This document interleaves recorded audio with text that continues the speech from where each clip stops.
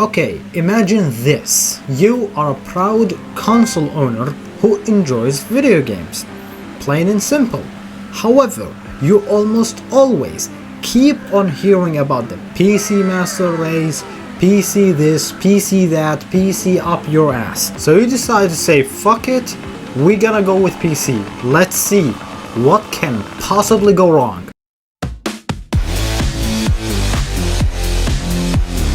So, this video is going to be about my personal experience building my first ever PC as a console player, someone who literally grew up with consoles for the majority of my life. Now, that does not mean that I didn't have any experience when it comes to desktops. However, my experience with desktops wasn't pretty at all. From underpowered laptops to overpriced pre-built to even unstable working PCs and internet cafe PCs. Like for example, one of my friends ended up buying, on the day of release of Battlefield 1, they ended up buying a brand spanking new Alienware PC for $1,700, $1,700.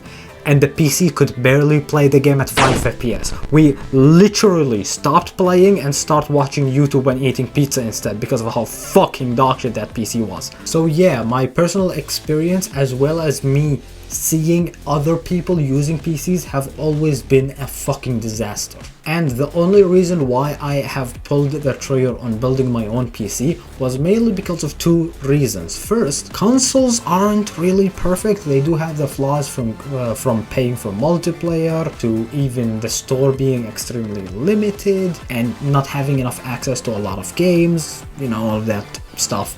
But also, the actual main reason was because I lost my main console, which was an Xbox Series S, due to, and I kid you not, a tactical lightning strike. That kind of deserves its own video, but for now, that's basically how I ended up losing my Xbox. So I said, you know what, fine. Let's see what PC can offer. Let's see the PC Master Race. But you're probably thinking that, isn't it gonna be difficult for me to understand what's going on in the PC space? Well, technically, no. Because here's the thing. I was doing a lot of research on the PC space to understand exactly what I'm about to step into. With almost 7 years of build-up and 4 years of proper research. With the result being this list right here. So I'm gonna explain every single point on my list.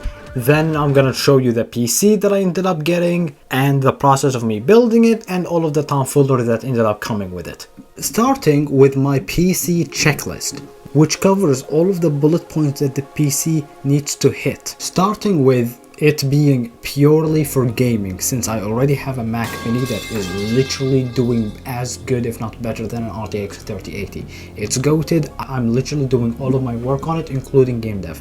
It's peak. So I don't need the PC to do any of that shit.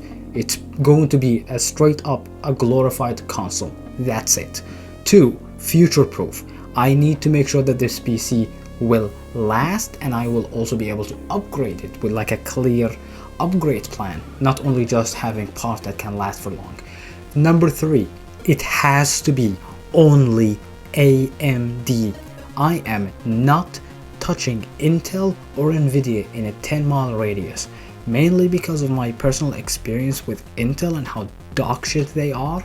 Like overall, if you want something for work and productivity, because like that's what a lot of people are saying Intel are good for, go with an Apple Silicon because they're objectively better in every single fucking way, and that's coming from someone who used both of them for work. As for Nvidia, I don't want any of the AI bullshit, slop, overpriced hardware that is being carried over by software. I want pure raw horsepower, while also being fairly priced, obviously. And AMD are literally the only people that are doing it right. Number 4, no used parts. The last thing that I want is to end up with a fucking rice bag instead of a GPU, okay? Number 5, it needs to beat a PS5 Pro in every single way. Otherwise, I might as well just buy the PS5 Pro. And the 6th and most important point is that the PC needs to do all of this within 900 euros. Now there's also smaller checklists when it comes to performance in specific games, but we will leave this for later. So now with this list done, let me show you all of the parts that I have bought, and I'm not gonna go in detail onto each one of them. I'm just gonna go over the important ones, that being the motherboard, CPU, GPU, as well as the power supply. Trust me, it's gonna be important for later. But with that said, here is the list of all of the parts. As you can see, I ended up going with a B650 full-size gigabyte motherboard that actually ended up genuinely helped me a lot, mixed with a Ryzen 5 7600X, mainly because it was on discount, and added to the fact that it would probably never bottleneck any GPU that is currently available. And funnily enough, I ended up mixing it with the RX 7600 XT 16GB, and I'm pretty sure that this is probably the point where everyone in the comment will go wild. Let me tell you why I went with this specific card. It's mainly because of two reasons. First, availability, but also second, it is the one that made the most sense, because while you have content creators recommending the 6700 XT for this price range, they always recommend you to buy it used because of how outrageous its actual MSRP is. The problem is, if you remember, the list have a specific rule for no used parts. However, even if I went with used parts, I shouldn't go with this card anyways, because it's actually worse than the 7600 XT. Because one, it have worse VRAM, two, it's way too old right now, and most importantly, it is overpriced to hell and back, both on its MSRP as well as the used market. Couple that with the nature of its scarcity since it's been discontinued, and you have the biggest fucking landmine that any beginner can step on. And the performance wasn't even worth it on the release of the 7600 XT, yet now, I'm gonna touch on that later, the performance on the RX 7600 XT literally averages 10 to 20% more than the absolute peak of the 6700 XT. So it doesn't even make sense on the performance department. So this is one of the worst things that I have encountered when doing research for my PC build. So no, stop shitting on the fucking 7600 XT, okay? With all that said, now I think I need to mention something real quick, and something that is kind of important that I forgot to mention.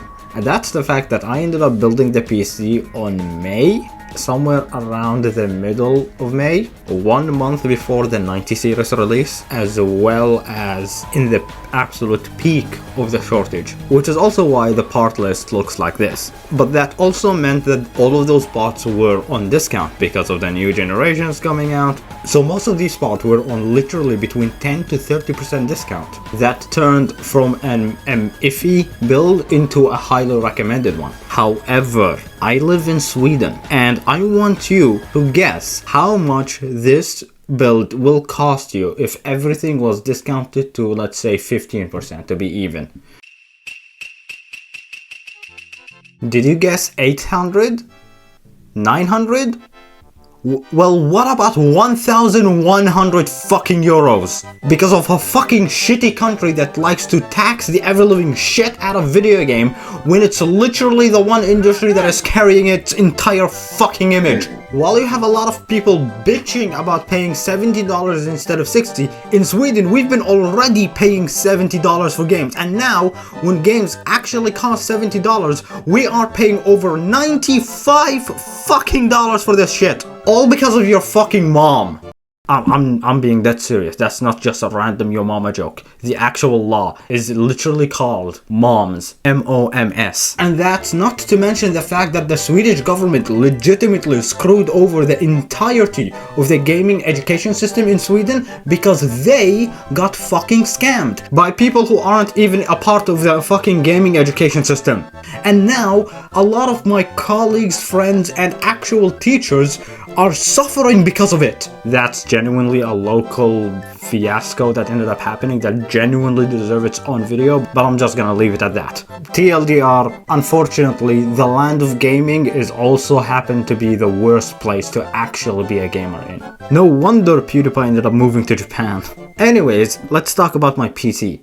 And surprisingly, the build itself wasn't that bad. Now, admittedly, I got a heart attack when I was trying to install the CPU, thinking that I did it incorrectly. But it was correct, it's just that the plastic piece didn't fly off like in the videos. Though, there were a few problems because of my cheap case and the RGB fans that comes with it and how cheap they are. So I needed to literally push the plastic molds inside of the actual cable to make sure that it's not gonna push the pins away and breaks the pins of the motherboard. But other than that, it worked perfectly fine. And even Windows ended up working and installing perfectly without any problem or need for stupid drivers that I needed to install in the BIOS earlier. So I got lucky, and I had a friend of mine who helped me out with the build, and he told me that I was kind of lucky for getting the PC up and running this quickly, like in a single day as my first ever PC. But unfortunately, this ended up being the only good thing about the whole PC experience for a while. Because after the setup period, when I ended up fully setting up the PC, the very next day I got my first ever blue screen crash, and it was specifically something power supply related. I'm probably gonna put something on the screen right there. And I ended up asking a few friends about this, and they said that this might be something with the motherboard not feeling good with the power supply, but it's something that will be automatically fixed when the motherboard gets used to the power supply. And they said that leave it, give it like 2 more days and it will stop happening. And I gave it 1 day, 4 days, a whole week, 2 weeks, 3 fucking weeks, and it kept crashing for 3 weeks straight. Every single day with a fresh boot, it will always crash within the first 2 minutes, completely freezing up the system. And it kept actually happening after the 3 weeks period until 2 months of me owning the damn PC. And then it properly stopped, which was annoying and genuinely baffling. And I should have seen this as a big red flag,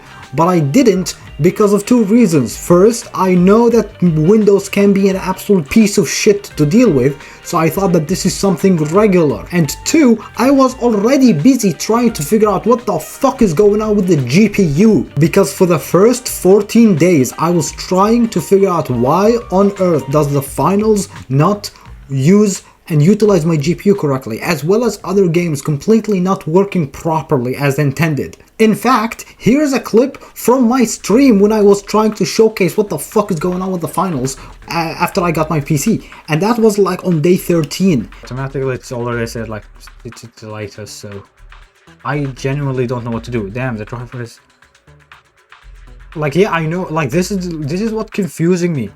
Everything is in check. All the drivers in check, all the like the CPU is in check, the stats and settings is in check. I don't know what the fuck is going on with the game. And the fact that we're still in the loading screen right now, it's been like actually over 5 minutes and we're still in the loading screen. It's fucking wild. But on day 14 I finally managed to fix it, where apparently there was an unknown driver underneath both the GPU and the CPU that I needed to literally uninstall manually, because it kept overwriting the GPU as if the GPU didn't exist. So it kept redirecting the game to use the CPU instead of the GPU. But with that said, let's actually talk about the actual performance. And it was both surprising but also disappointing at the same time. Surprising in the fact that I ended up getting equal, if not much better numbers than an RX 6700 XT, but also disappointing in the fact that some games never worked or couldn't work as good as they should be. So for example, here in Forza Horizon 5, I ended up getting a consistent 120 FPS, sometimes even like all the way up to the 130s, and never dropped under the 110s in 1080p Ultra, with no AI upscaling slop or frame gen bullshit. Pure raw performance. And surprisingly enough, you have Monster Hunter Wild ended up working at a stable 85 FPS medium with ray tracing low and no upscaling bullshit. I didn't even think that the game would run, yet it ran really well, though with the caveat of aggressive screen tearing. Otherwise the game works really well, and it only drops to the 60s and maybe 55. That was like the lowest I've seen it.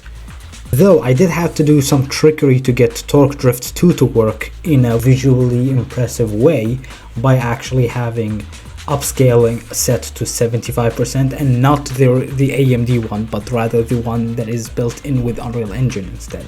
And the game runs at an okay 70 to 40 FPS depending on the map, because a lot of maps are not optimized.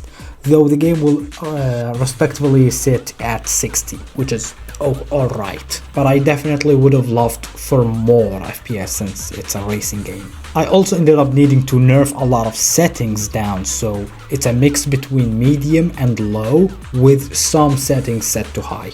Though the same thing can be said for the finals. However, unlike Torque Drift 2, I actually ended up hitting much closer to the actual target FPS that I would like, which is somewhere around the 100 FPS on high. But again, I had to sacrifice a lot of other settings, so it's a mix between low and medium with some high sprinkled in between. And the game runs pretty well.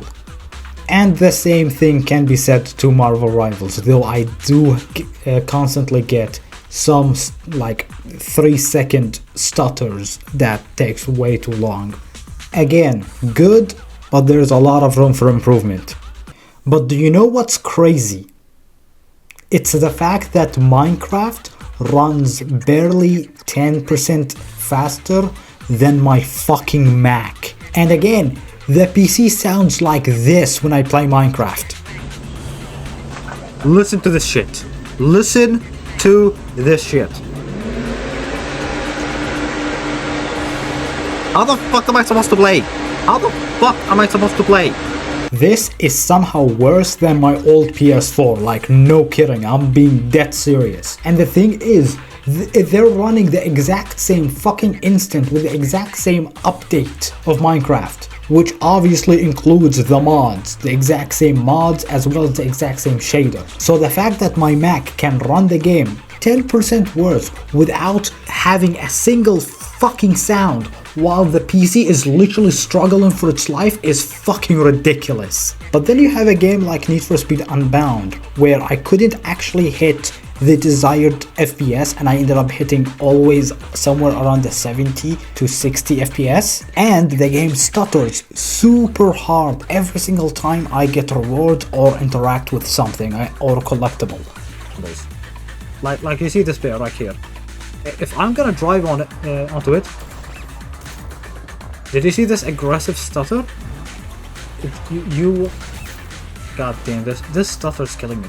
And then you have Delta Force, which worked completely fine. It started well, it processed everything correctly, but as soon as I ended up going into a match, an actual multiplayer match in Warfare, the game ended up becoming a fucking PowerPoint presentation to the point that I ended up rage quitting. It was so damn unfucking playable. I had to delete the game at once, which is why I'm showing B-roll of my iPad gameplay and not my PC one.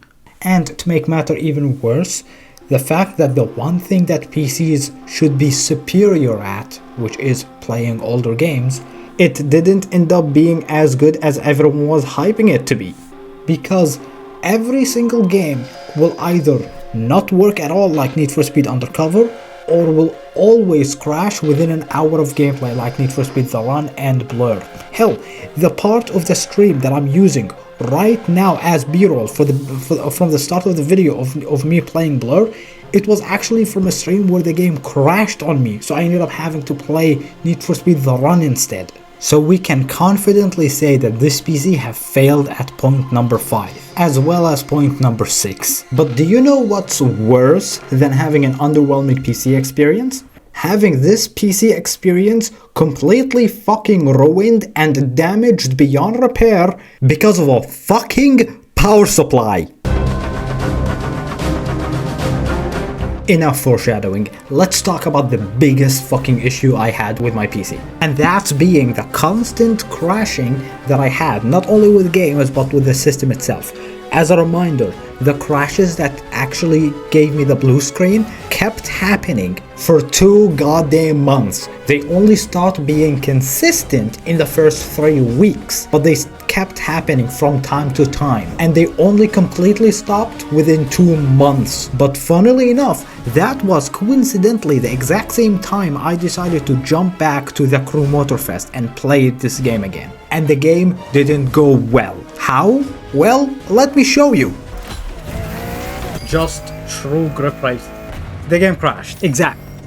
This is what I'm talking about. This is the shit that I'm talking about. You can still hear it. You can still see for a bit of time. The game still processes for a bit of time. Like the screen freezes, but the game is still playing in the background. And then then it blacks out. You keep hearing frozen, then blacks out. Completely black out my stream and my entire input until it fully goes silent. You go here, you see that there's 2 windows. This is like the game which is blacked out. This is the GPU lost detected.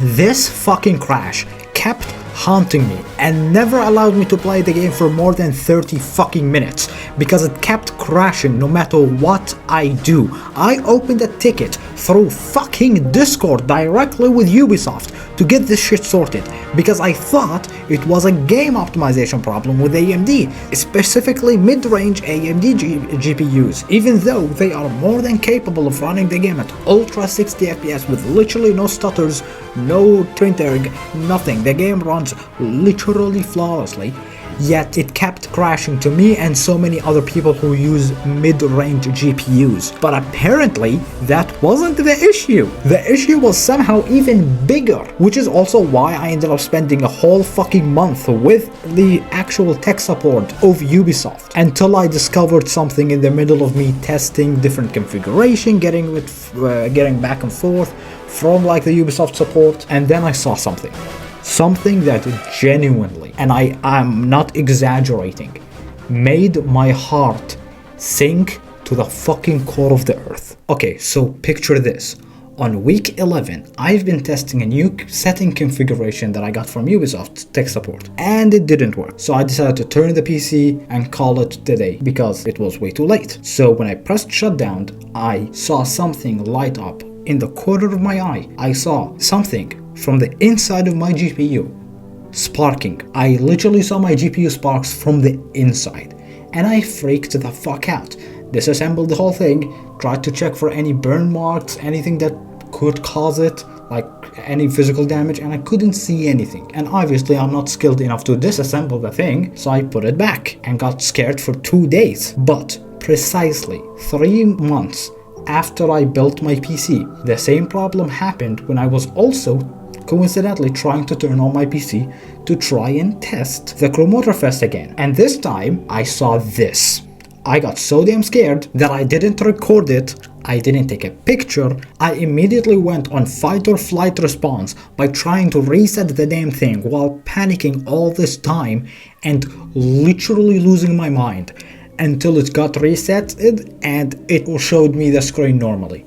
But this little exchange have confirmed one major problem, and that's the fact that my GPU is dying, and there is one suspect that have both the power and the instability to do such a thing, and that's the power supply. So I immediately packed up both the GPU and the power supply, sent it back to the shop where I got it from, and I ended up actually getting a confirmation from them that yeah, apparently this specific combination have a big problem and the GPU is faulty. So I got a full refund, which I ended up adding on top of to get a brand new power supply and an RX 9070 XT.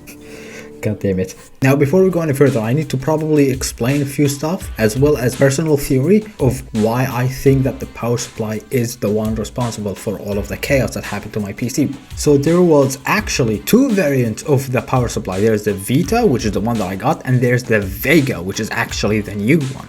And apparently the one that I have is ancient and most importantly is a reskinned shady all-out power supply. And when I mean all out, I mean it's not regulated in the fucking slightest. What do I mean by that? Well, I bought 850 watt for future proofing. But instead, this power supply decides to shove all of this 850 watts on every fucking component, regardless if they actually needed it or not, which is actually why my motherboard kept crashing and triggering the blue screen. But the problem is I only discovered this after I bought the damn thing, and it was unironically the only power supply that was reasonably priced at the time, okay? Going back to the main topic, I believe that my power supply kept feeding so much power through the entire system, but thanks to the motherboard and its safety mechanism, it kept giving me the blue screen instead of directly damaging any component, thanks for the motherboard being the middleman. And the power supply, after 2 months, decided to, instead of shoving the extra power on the motherboard, it tried to shove it to the one connection that doesn't have the motherboard as its middleman, and that being my GPU. And it didn't help the fact that the GPU was a bit quirky. It wasn't like faulty, but it was a bit goofy, a bit quirky. So having the power supply shoving all of its power, it basically speedran its demise. But that's just a theory. Okay, I'm gonna stop.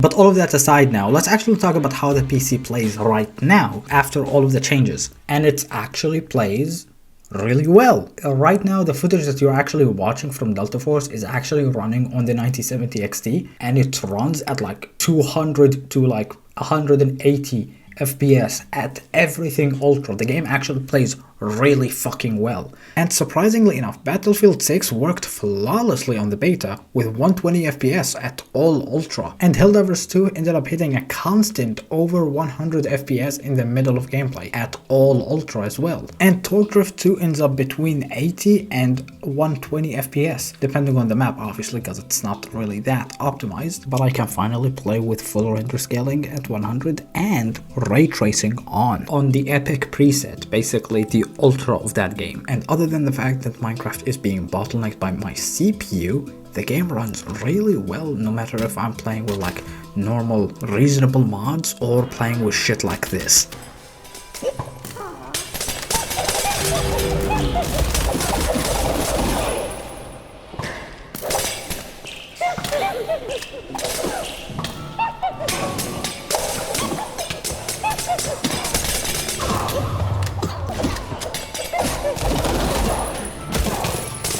Hello?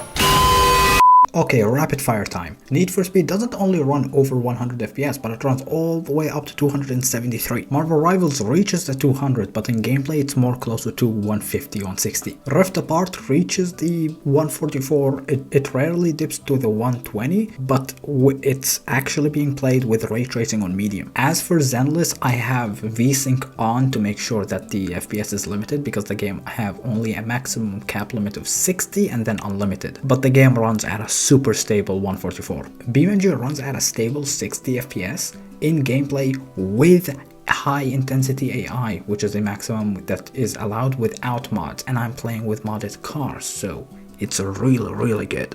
And if you don't think so, just look at this. No.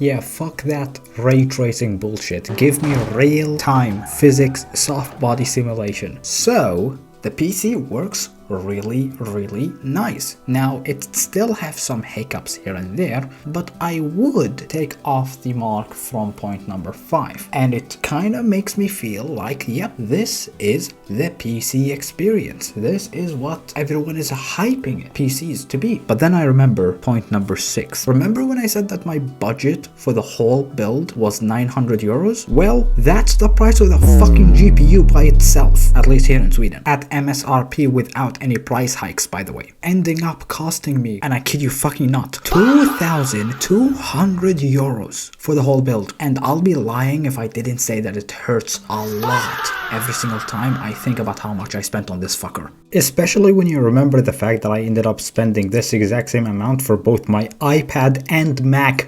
combined. and they're literally my actual workstations. The PC was meant to be a glorified gaming console, for fuck's sake. But I guess this is the modern state of PC gaming. And honestly, it's kind of disappointing.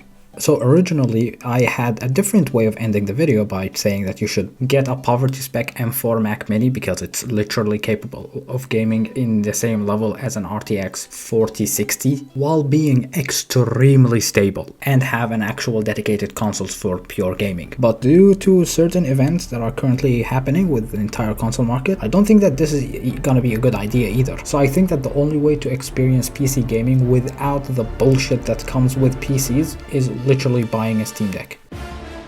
With all of that said, I hope you enjoyed this crash out-esque video, and if you even watched to the end, in which case thanks, that's kind of impressive.